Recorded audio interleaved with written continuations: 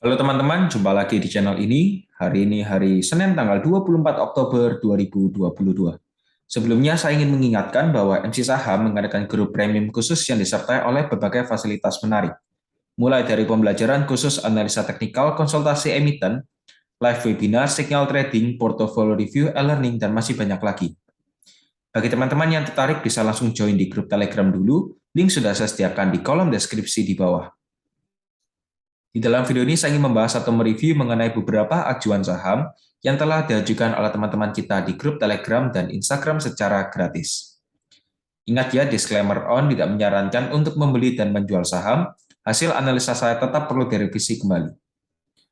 Untuk teman-teman yang belum join grup Telegram saya, bisa segera join. Link sudah saya sediakan di kolom deskripsi. Serta jangan lupa untuk follow Instagram saya dengan username MC Saham. Saya akan mengupdate saham-saham pilihan saya untuk dibagikan ke teman-teman melalui grup Telegram dan Instagram. Maka dari itu, alangkah baiknya teman-teman join di grup Telegram saya dan follow Instagram saya agar tidak ketinggalan pilihan saham yang menarik.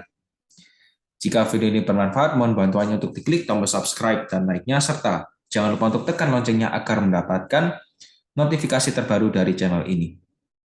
Oke, kita langsung saja mulai ke pembahasannya. Untuk Pewon, hari ini closing di harga 440 dan kita tahu sendiri ini ada support kuat ya di Pewon di harga 430 dan bila memang Pewon seumpamanya breakout 430 ada support lagi di 420 dan juga ada di 406. Tapi so far yang saya yakini bahwa memang 430 ya kurang lebih di range ini itu merupakan daerah support atau demand area untuk emiten Pewon ini ya.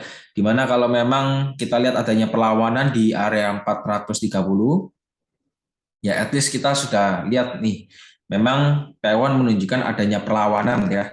Kita sudah tahu satu hal tersebut dan kalau saya lihat at least ya setelah dia rebound, setelah dia membuat rejection, at least dia rebound lah setidaknya di harga 454 di Fibonacci 0,236 ini sudah minimal ya. Ini sudah minimal. Jadi ya kita harapkan saja sebelum dia lanjut turun ya seumpamanya worst case-nya kalau dia breakout 430 minimal ya. Minimal dia ada potensi nyentuh dulu lah di EMA 21-nya atau di harga 454 atau better juga kalau bisa naik sampai 470 di EMA 90-nya karena PO ini juga sudah turun cukup dalam. Tapi nggak usah khawatir kalau teman-teman masih punya barang di Pewon, ya masih punya barang di Pewon, yang penting money manajemennya bagus, boleh di hold saja meskipun masih floating loss gitu ya. Lanjut, di sini ada saham Bumi.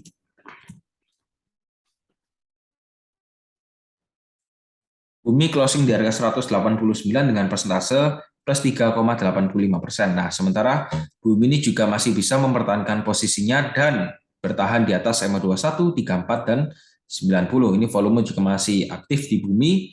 Kalau saya perhatikan ya, di Bumi ini setelah dia berhasil membuat rejection di EMA 90, volume juga volatile.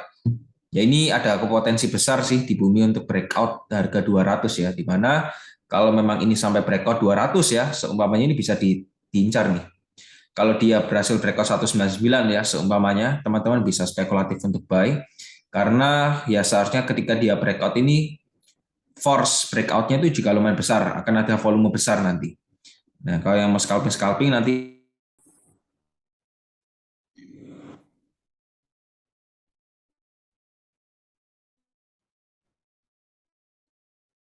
Oke, kita ulangi dulu untuk Bumi ya. Jadi kalau teman-teman seumpamanya mau coba untuk scalping di Bumi ya, ini bisa dicoba nih kalau dia berhasil breakout 199 bisa entry dan Bumi ada potensi untuk bergerak lanjut menuju 230. Jadi kuncinya ya menurut saya kalau yang mau beli spekulatif bisa tunggu breakout 230 breakout 200 baru bisa entry ya. Itu untuk Bumi. Lanjut ada saham BRMS. BRMS closing di harga 186 dengan persentase plus 5,08%. Ini sudah saya katakan bahwa BRMS berpotensi untuk membuat pattern dan memang ya kalau saya lihat sih adanya double bottom di sini ya, tapi not perfectly, which is memang neckline-nya di harga 169 dan berhasil di breakout ya, itu key point. Kita copy paste kan ada potensi untuk hit target 200. Jadi BRMS ini ada potensi untuk menyentuh level 200 ya. Mana level tersebut masih belum disentuh tuh. Jadi apakah masih ada potensi untuk menyentuh ke area sana? Menurut saya masih ada. Ya, masih ada potensi untuk menyentuh ke harga 200. Sekalian juga retesting EMA 90-nya. Jadi yang mau taking profit nanti bisa tunggu saja, kurang lebih ya mepet-mepet di arah sana bisa TP ya. Apakah sementara dengan posisi sekarang boleh hold? Ya menurut saya masih boleh ya untuk BRMS. Gitu. Lanjut di sini ada saham Medco. Medco closing di harga 1085 dengan persentase plus 6,37%. Ini Medco kuat sekali ya, hari ini volume juga cukup tinggi. Harga berhasil breakout, resisten kuat di 1040 dan target Medco bisa di 1150 tuh ya. Ini target Medco selanjutnya di 1150. Oke. Jadi bisa diperhatikan untuk Medco dia juga masih uptrend ya, masih bagus. Ini 1150 bisa dijadikan target ya. 1150 bisa dicatat. Mungkin untuk Medco karena juga masih uptrend, apakah ada potensi untuk bergerak up besok? Menurut saya sih masih ada. Ya kalau besok koreksi pun masih wajar-wajar saja karena juga sudah naik 6% kemarin lusa, hari ini juga 6%, gitu ya. Lanjut, di sini ada saham BBYB. BBYB hari ini naik ya, cukup kencang, naik 24%. Nah ini, naik 24% aja candle-nya kelihatannya itu nggak seberapa besar. Karena kenapa? Karena BBB juga sudah turun cukup dalam ya. Kita bisa cari ini target pullback-nya ya. Ini di 1045 tuh target pullback-nya BBB. Minimal seharusnya masih bisa kesentuh di area sana. 1045 dan 1250 itu bisa dicatat ya. Ini juga lumayan penting kalau teman-teman lagi incer BBB. Apakah besok ada potensi BBB untuk lanjut naik? Menurut saya masih ada ke target 1045 ya. Ini 1045 masih bisa dijadikan target dan kalau memang ini breakout ya 1045 di breakout ya potensi besar tuh untuk BBB lanjut naik ke area 1250, 1200 ke level area sana. Ya, ini dua resisten perlu diperhatikan ya. Dan juga selain itu ada support lagi di harga 910. Oke. Jadi untuk BBB mungkin segitu dahulu ya, bisa diperhatikan ini juga lumayan menarik ya. Lanjut ada saham BBRI. Nah, BBRI ini kelihatan ya sudah adanya swing low valid. Sudah kelihatan tuh ya. Sudah kelihatan sementara untuk BBRI volume juga masih stabil ya, masih stabil hari ini naik 1%. Gap di atas 4760 hingga 4860 masih belum ditutup ya. Gap ini masih belum ditutup, cepat atau lambat akan ditutup. Oke. Jadi ini bisa jadikan target tuh untuk teman-teman yang mau beli BBRI ya. Sebenarnya ada beberapa level yang perlu diperhatikan karena better ya kalau menurut saya. Kita kan masih belum tahu ya kondisi ekonomi ini ke depannya bagaimana ya. Kita masih belum tahu tuh. Yang jelas kalau memang sedikit berbahaya kondisi globalnya resesi dan nanti ada G20 ya better bisa hati-hati dulu, jangan asal masuk karena kita nggak tahu ke depannya akan bagaimana. Meskipun hari ini naik 2%, ya kemarin juga untuk BBRI ya better kalau saya masih wait and see ya meskipun gap ini berpotensi untuk ditutup ya. Saya akan tetap wait and see. Kalau memang harganya drop akan saya serok gitu ya. Lanjut ada BBHI. Nah, BBHI ini juga kurang lebih permainannya sama seperti BBB. Meskipun hari ini naik 11%, tapi kenapa kok candlestick-nya nggak seberapa kelihatan besar? Karena harganya BBI ini juga sudah turun cukup dalam. Ini ada potensi besar ya. Untuk BBI lanjut naik menuju 3060 itu ada potensi besar. Ya. 3060. Kita coba ukur secara percentage. Ini masih ada 17% sih. Ini saya nggak tahu tadi kondisi di bid overnya bagaimana. Kalau teman-teman rasa itu lumayan liquid ya, gampang untuk dijual ya nggak apa-apa, boleh dicoba. Ya, targetnya BBA itu di 3030 seharusnya ini masih bisa kecapai ya. Ini optimis sih, seharusnya 3030 masih bisa kecapai. Tapi jangan terlalu over ya. Ini tetap gunakan money management yang bagus. Ini volume juga lumayan besar, jadi ada potensi besar sih seharusnya untuk bergerak lanjut naik ya di BBHI ini. Itu saja untuk BBHI. Lanjut ada saham Elsa. Elsa closing di harga 330 dengan persentase plus 3,13%, ya. Elsa juga memang naik hari ini 3%, volume juga cukup tinggi. Nah, ini yang teman-teman perlu perhatikan, ya. Elsa cukup menarik kalau memang harganya berhasil breakout 338, mungkin bisa spekulatif untuk entry.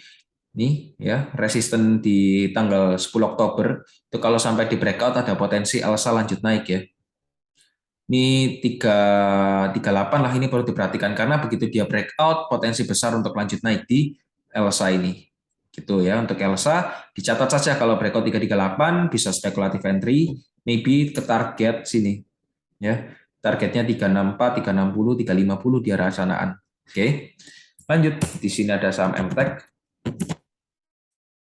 MTEK closing di harga 15.35 dengan persentase plus 0,33%. Nah, MTEK masih bisa mempertahankan posisinya di kotak ungu ya, di mana selama MTEK bertahan di atas kotak ungu ya nggak apa-apa, boleh di hold, atau kotak ungu ini juga bisa dijadikan sebagai titik entry ya. Saya kasih tips saja, kotak ungu bisa dijadikan sebagai titik entry dan untuk stop loss-nya bila closing-nya sudah di bawah 14.65 bisa exit. Tapi selama harga masih bisa bertahan di atas 1465, ya nggak apa-apa, boleh di hold ya. Yang mau entry dan tetap disclaimer on. Begitu memang MTEK membuat perfectly way pattern, double pattern, double bottom pattern ya. Ya, maka MTEK perlu breakout neckline-nya di harga 1650. Begitu breakout 1650 ini target MTEK ada beberapa target ya. Pertama di 1725 dan di 1820 ketika MTEK berhasil breakout 1650 ya. Jadi perlu diperhatikan untuk MTEK ini juga bisa dimasukkan ke dalam watchlist. Next ada DMR. ADMR ya sementara masih cenderung untuk bergerak sideways ya kalau saya perhatikan. Ini ada support lagi, ini support di harga 1635. Jadi begitu memang ADMR seumpamanya masih jauh ya, harganya masih jauh di bawah 1775, ini masih ada potensi untuk melemah lagi nih menuju 1635 tuh supportnya ya, 1635. Ya kalau saya lihat ADMR ini masih cenderung sideways dulu ya. Apakah ada potensi ADMR untuk terkoreksi? Ya menurut saya masih ada karena hari ini minus 3%, adanya dead crossing tepat di area overbought ya. Jadi apakah ada potensi untuk koreksi? Ya menurut saya masih ada di ADMR. Fasenya masih apa? Fasenya masih sideways gitu ya. Lanjut ada saham DILD. Yield hari ini closing di harga 182. Saya coba bantu secara broker summary saja ya untuk yield ya.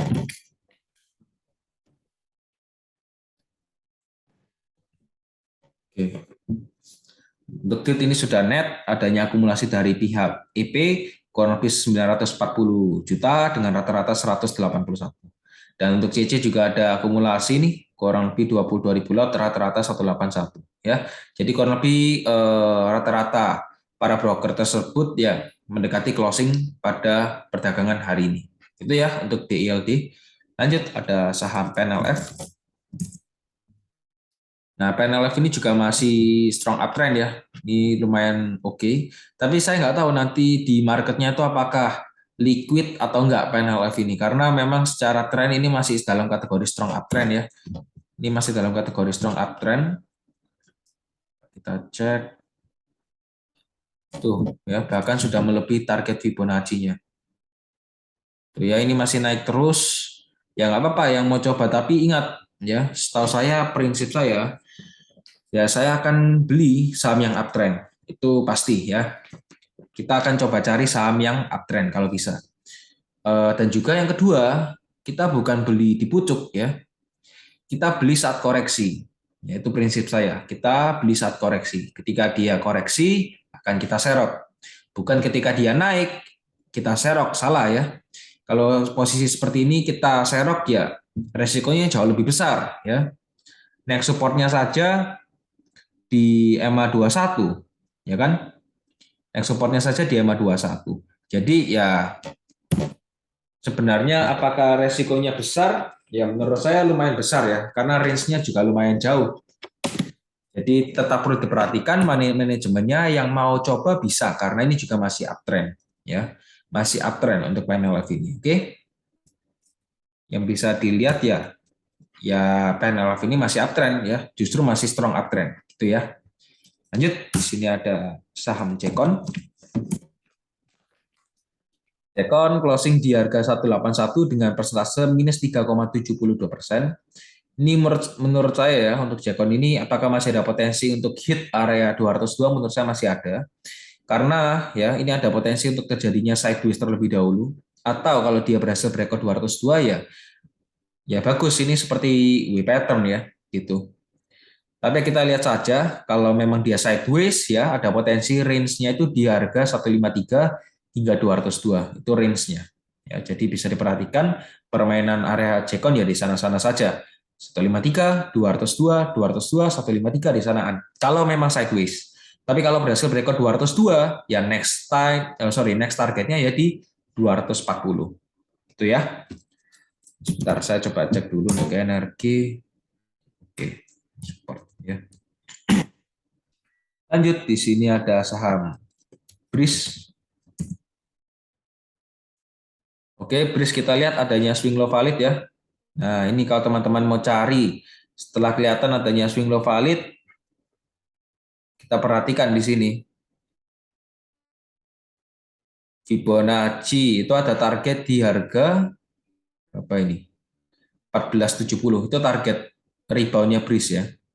1470 atau cukup rebound di harga 1415 sudah bisa dibanting turunin juga bisa jadi ya. Jadi banyak tuh. Karena 1415 ini juga menjadi resisten kuat dari BRIS ya. 14 sebentar. 1415 tapi ya ini bisa diperhatikan kalau memang BRIS umpamanya berhasil breakout 1415 ya ada potensi besar BRIS lanjut naik menuju 1470 ya. Breakout 1415 next target di 1470. Tapi kalau memang gagal membuat rejection di area 1415 ya yang bisa diantisipasi ketika dia breakout 1370 bisa exit gitu ya. Lanjut, di sini ada saham UNTR. UNTR closing di harga 32.375 dengan persentase plus 1,17%. Dan juga UNTR ini ya sementara masih di EMA 90-nya juga lumayan menarik ya untuk UNTR ini. Terus terang karena kenapa? Biasanya ini di EMA 90 kelihatannya ada golden crossing dari kondisi stokastik itu ya biasanya juga menjadi emiten menarik ya kalau versi saya. Ya kalau versi saya itu juga menjadi emiten menarik. Tapi yang perlu diperhatikan ini sudah mulai melemah untuk membuat higher low-nya. Sudah sedikit melemah ya. Sudah sedikit melemah. Kalau memang ya ini yang bisa diambil, bisa dipetik nih key point-nya. Kalau memang UNTR berhasil breakout 31.350 tuh, harganya drop tuh. Sumama ya 31.350 berhasil di breakout. Nah, ini momentumnya kita. Ketika 31.350 di breakout, saya akan tunggu ya posisi UNTR, saya akan tunggu di 28550 akan saya serok ya. Jadi dicatat tuh, kalau dia breakout 31.350 akan saya ambil nanti di 28.550 akan saya ambil di sini. Tapi kalau dia berhasil membuat rejection adanya swing low valid, ya akan saya ambil karena ya juga lumayan ini untuk UNTR. Lumayan menarik ya, volume juga masih aktif. Ini targetnya bisa di 38725, 37 di arah sanaan. Itu ya untuk UNTR. Lanjut, di sini ada saham SCMA. SCMA closing di harga 226 dengan persentase plus 2,73%. Sementara untuk SCMA ya juga masih di sana-sana saja ya, masih belum adanya perkembangan karena juga masih sideways ya, masih sideways untuk SCMA. Targetnya ya untuk SMA kalau saya bilang ini sudah menyentuh di EMA 90, volume juga lumayan tinggi, tapi kondisi stokastik kelihatannya ada potensi dead crossing. Nah ini sedikit berbahaya. Kalau dead crossing ya lebih baik bisa taking profit ya. Karena ini alat bantu kita tuh untuk TP, untuk entry, ini salah satu indikator kita. Itu ya untuk SCMA. Lanjut, di sini ada saham SMDR. SMDR closing di harga 2280 dengan persentase minus 0,87%. Sementara untuk SMDR ini volume juga masih kecil kan ya. Volume masih kecil, tapi posisinya kelihatannya sudah mulai bisa ketahan tuh di area 2210 ya. 2210 masih bisa ketahan. Nah, ini sempat nih. Dia mau membuat W pattern, tapi ketika dia menyentuh 2660 harganya nggak berhasil breakout. Sama, kalau memang demikian ya, ini kalau memang mau rencananya membuat W pattern, ya at least ya appreciate dulu resistennya. 2530 harus di breakout baru bisa confirm buy. Kalau saya bilang, kalau saya masukkan watchlist SMDR ini, ya saya akan tunggu ketika dia breakout 2530 baru saya entry. Tapi kalau belum breakout, ya nggak akan saya ambil posisi, ya seperti itu. Yang perlu dicatat kalau SMDR berhasil breakout 2210 bisa exit, ya. Lanjut ada Esker. Nah, Esker ini sudah kelihatan ya downtrend. Sudah kelihatan tuh downtrend ya. Kalau saya bilang sih untuk Esker jangan diambil dulu lah ya. Ini bisa dihindari saham-saham seperti ini. Kalau saya bilang ya, ini masih strong downtrend, jangan diambil dulu kalau saya bilang, oke. Okay? Next supportnya ya, saya kasih tahu untuk Esker. Next supportnya di harga 585. Bisa dicatat ya. Ini support kuat nih di Esker 585. Ya, resisten kuat bisa lah di 715. Oke. Jadi untuk Esker mungkin segitu dulu. Lanjut di sini ada saham Devam. Devam volume juga cukup tinggi. Saya coba cek ya dari broker summary karena ada yang nggak seperti biasa ya. Ini untuk Devam adanya akumulasi dari pihak CP dan KK 22.000 lot, 17.000 lot, rata-rata 118, 116 ya. Mungkin segitu dulu sih untuk Devam karena juga masih baru mulai aktif volumenya. Ada lagi Toba. Toba closing di harga 690 dengan persentase plus 3,76%. Nah, ini untuk Toba ini sudah kelihatan ya adanya perlawanan tuh.